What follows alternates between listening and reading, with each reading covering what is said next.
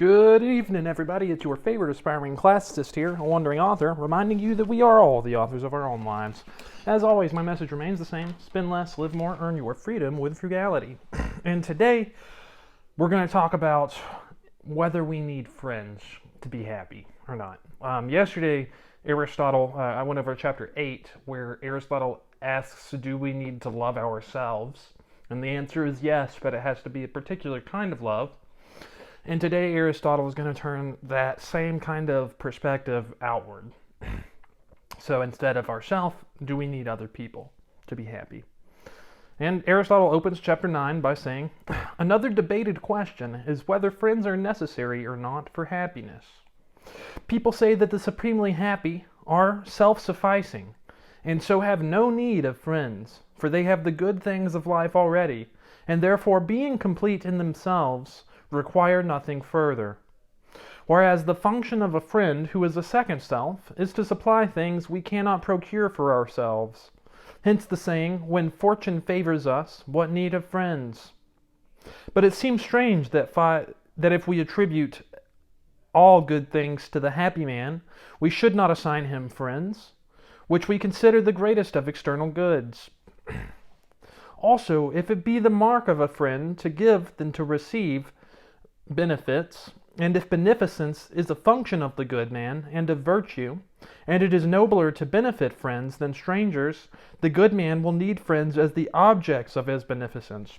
So let me break that one down for you. If a good man is the kind of man that will do things for other people, and it's better for us to do things for our friends than just random strangers, then to be the best man, you're gonna need friends so you can do good things for them. Pretty straightforward argument. I can't say I disagree. Hence the further question is asked, are friends more needed in prosperity or in adversity? It is argued that the unfortunate need people to be kind to them, but also that the prosperous need people to whom they may be kind. Also, perhaps it would be strange to represent the supremely happy man as a recluse. Nobody would choose to have all possible good things on the condition that he must enjoy them alone, for man is a social being, and designed by nature to live with others. Accordingly, the happy man must have society, for he has everything that is naturally good, and it is obviously preferable to associate with friends and with good men than with strangers and chance companions. Therefore, the happy man requires friends. What then do the upholders of the former view mean, and in what sense is it true? Perhaps the explanation of it is that most men think of friends as being people who are useful to us. Now it is true that the supremely happy man will have no need of friends of that kind, inasmuch as he is supplied with good things already. So, remember, Aristotle breaks friendships up into three types. Pleasurable ones, virtuous friendships, and then useful friendships. He's saying that the supremely happy men don't need useful friends. They don't need friends that are useful because they already have everything they need already. Nor yet will he want friends of the pleasant sort, or only to a very small extent, for his life is intrinsically pleasant and has no need of adventitious pleasure. And as he does not need useful or pleasant friends, it is assumed that he does not require friends at all. But perhaps this inference is really untrue, for as we said at the beginning, happiness is a form of activity, and an activity clearly is something that comes into being, not a thing that we possess all the time, like a piece of property.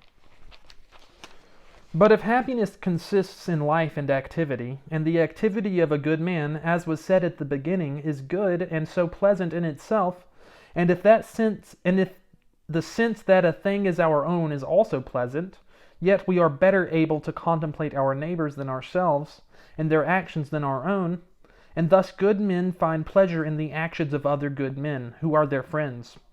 Since those actions possess both these essentially pleasant qualities, it therefore follows that the supremely happy man will require good friends, insomuch as he desires to contemplate actions that are good, and that are his own. And the actions of a good man, that is, his friends, are such. Also, men think that the life of the happy man ought to be pleasant. Now a solitary man has a hard life, for it is not easy to keep up continuous activity by oneself. And if you've ever spent a lot of time by yourself, you know that that's the truth. Let me repeat that line for you. Now, a solitary man has a hard life, for it is not easy to keep up continuous activity by oneself. It is easier to do so with the aid of and in relation to other people. The good man's activity, therefore, which is pleasant in itself, will be more continuous if practiced with friends. And the life of the supremely happy should be continuously pleasant. For a good man, in virtue of his goodness, enjoys actions that conform with virtue, and dislikes those that spring from wickedness. Just as a skilled musician is pleased by good music and pained by bad. Moreover, the society of the good may supply a sort of training in goodness, as Theognis, who is another famous classic author, Theognis. Nietzsche writes about him, and wrote about him in his dissertation. Again, if we examine the matter more fundamentally, it appears that a virtuous friend is essentially desirable for a virtuous man. For as has been said above, that which is essentially good is good and pleasing in itself to the virtuous man.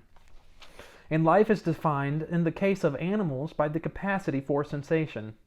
In the case of man, by the capacity for sensation and thought. But a capacity is referred to its activity, and in this its full reality consists. It appears, therefore, that life in the full sense is sensation or thought. But life is a thing good and pleasant in itself, for it is definite, and definiteness is a part of the essence of goodness. And what is essentially good is good for the good man, and hence appears to be pleasant to all men. We must not argue from a vicious and corrupt life, or one that is painful, for such a life is indefinite, like its attributes.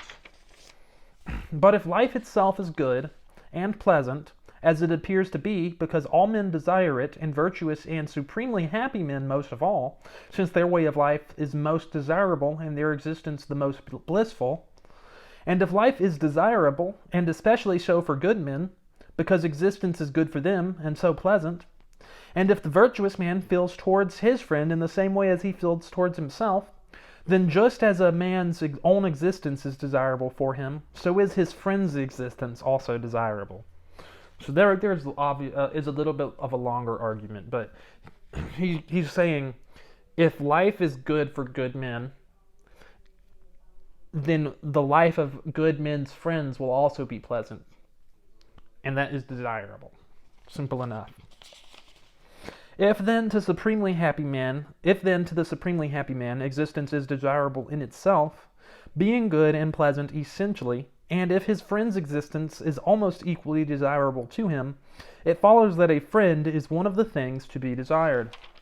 But that which is desirable for him he is bound to have, or else his condition will be incomplete in that particular. Therefore, to be happy, a man needs virtuous friends. Pretty strong conclusion, I think. So, you don't need bad friends, you need virtuous ones. And that's Aristotle's conclusion for chapter 9. We're almost done with book 9, and after this we'll be on book 10, where he discusses pleasure, and then we get to talk about politics, because we're going to go from the Nicomachean Ethics, which is the science of the supreme human good, to politics, which is like the science of the good for everybody in relation to each other.